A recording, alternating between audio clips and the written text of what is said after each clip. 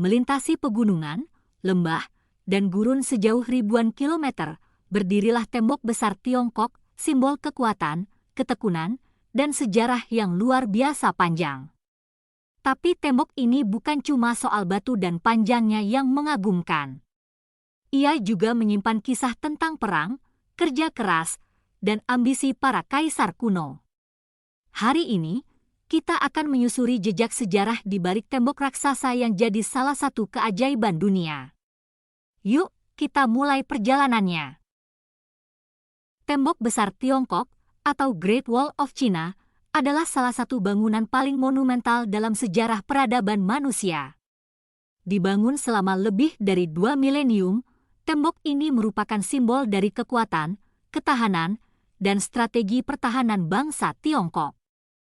Sejarahnya bermula pada abad ke-7 sebelum Masehi, ketika berbagai negara-negara kecil di Tiongkok, seperti negara Qi, Yan, dan Shao, mulai membangun tembok-tembok pertahanan lokal untuk melindungi wilayah mereka dari serangan bangsa nomaden dari utara, terutama dari suku Xiongnu. Namun, pembangunan besar-besaran dimulai pada masa dinasti Qin, 221 sampai 206 sebelum Masehi, di bawah Kaisar Qin Shi Huang, kaisar pertama Tiongkok yang berhasil mempersatukan berbagai kerajaan. Ia memerintahkan penyatuan dan perpanjangan tembok-tembok lokal menjadi satu sistem pertahanan yang luas untuk menjaga stabilitas dan keamanan perbatasan utara. Proyek ini memakan banyak tenaga kerja, diperkirakan ratusan ribu orang, termasuk prajurit, petani, tahanan, dan buruh paksa, bekerja dalam kondisi ekstrim, menyebabkan banyak korban jiwa. Setelah dinasti Qin runtuh, pembangunan dan pemeliharaan tembok dilanjutkan oleh dinasti-dinasti berikutnya seperti Han, Sui, dan terutama Ming, 1368 sampai 1644, yang membangun bagian tembok yang paling terkenal dan masih berdiri hingga kini. Selama era Ming, struktur tembok diperkuat dengan batu bata, granit, dan menara pengawas yang dirancang untuk komunikasi dan pertahanan. Tembok ini membentang lebih dari 21.000 kilometer, melewati pegunungan, gurun, dan padang rumput. Selain sebagai pertahanan militer, tembok besar juga berfungsi sebagai jalur komunikasi dan pengontrol perdagangan serta imigrasi, menjadi simbol perbatasan antara peradaban agraris Tiongkok dan budaya nomaden di utara. Meski tidak selalu efektif dalam menghentikan invasi, tembok ini memberikan keuntungan strategis dan psikologis yang besar bagi bangsa Tiongkok.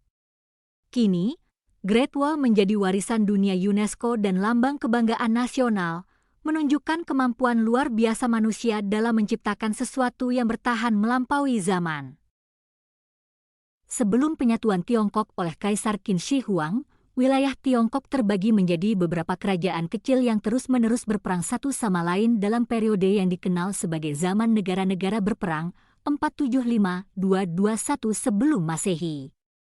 Masing-masing negara, seperti Zhao, Yan, dan Qi, mulai membangun tembok-tembok pertahanan sendiri di perbatasan utara mereka untuk menahan serangan dari bangsa-bangsa nomaden seperti Xiongnu dan Donghu yang sering melakukan penyerangan dan penjarahan. Tembok-tembok awal ini tidak bersambung dan dibangun dengan teknik serta bahan sederhana seperti tanah liat yang dipadatkan.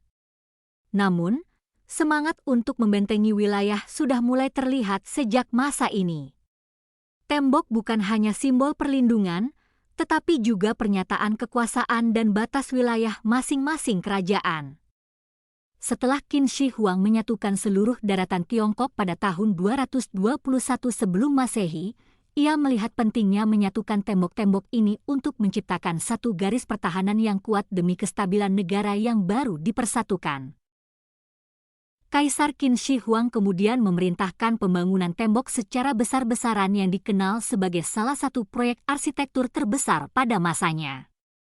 Dalam kurun waktu sekitar 10 tahun, tembok yang panjang dan megah ini dibangun dengan menggunakan tenaga kerja yang sangat besar, termasuk tentara, buruh paksa, dan tahanan. Tidak ada teknologi berat seperti yang ada sekarang, para pekerja menggunakan alat-alat sederhana dan mengandalkan kekuatan fisik. Banyak dari mereka yang meninggal karena kelelahan, kelaparan, atau penyakit, dan jenazah mereka dikabarkan dikubur di dalam atau di sekitar tembok, meskipun hal ini belum bisa dibuktikan secara arkeologis dengan pasti. Proyek ini bukan hanya tentang pertahanan, melainkan juga tentang menunjukkan kekuasaan mutlak sang kaisar atas rakyatnya dan seluruh daratan Tiongkok. Namun setelah dinasti Qin runtuh, tembok ini sebagian besar ditelantarkan, dan perawatan serta pembangunan berlanjut secara tidak teratur oleh dinasti-dinasti berikutnya. Dinasti Han, 206 sebelum Masehi sampai 220 Masehi, melanjutkan proyek tembok besar untuk melindungi jalur sutra yang merupakan jalur perdagangan penting antara Tiongkok dan Asia Tengah. Mereka memperpanjang tembok ke arah barat, mencapai daerah yang sekarang dikenal sebagai Provinsi Gansu dan Xinjiang. Selain sebagai benteng militer, tembok mulai memiliki peran dalam urusan ekonomi dan budaya. Pos-pos penjagaan didirikan sebagai tempat bertukar informasi, perdagangan, serta pusat logistik militer. Namun, setelah masa kejayaan Han, banyak bagian tembok kembali rusak karena kurangnya perawatan. Dinasti Sui dan Tang lebih memilih pendekatan diplomatik dan militer ofensif dibanding membangun pertahanan statis, sehingga pembangunan tembok tidak menjadi prioritas utama.